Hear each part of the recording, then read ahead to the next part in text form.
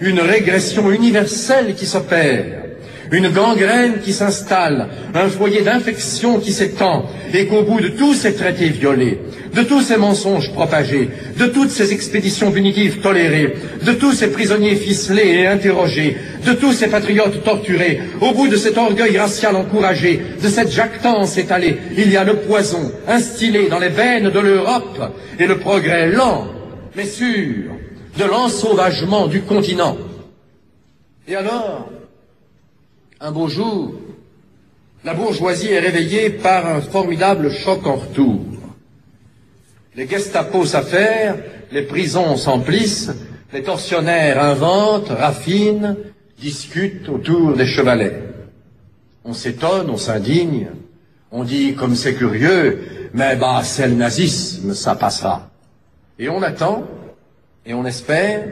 et on se tait à soi-même la vérité que c'est une barbarie, mais la barbarie suprême, celle qui couronne, celle qui résume la quotidienneté des barbaries, que c'est du nazisme, oui, mais qu'avant d'en être la victime, on en a été le complice, que ce nazisme-là, on l'a supporté avant de le subir, on l'a absous, on a fermé l'œil dessus, on l'a légitimé, parce que, jusque-là, il ne s'était appliqué qu'à des peuples non européens,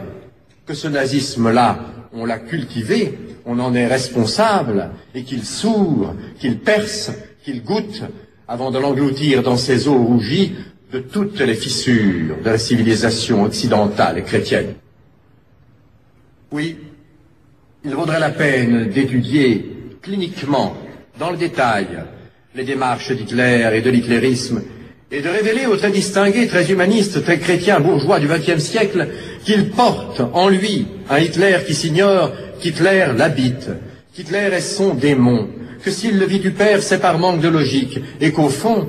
ce qu'il ne pardonne pas à Hitler, ce n'est pas le crime en soi, le crime contre l'homme, ce n'est pas l'humiliation de l'homme en soi, c'est le crime contre l'homme blanc, c'est l'humiliation de l'homme blanc, et d'avoir appliqué à l'Europe des procédés colonialistes dont ne relevaient jusqu'ici que les Arabes d'Algérie, les Coulis de l'Inde et les nègres d'Afrique.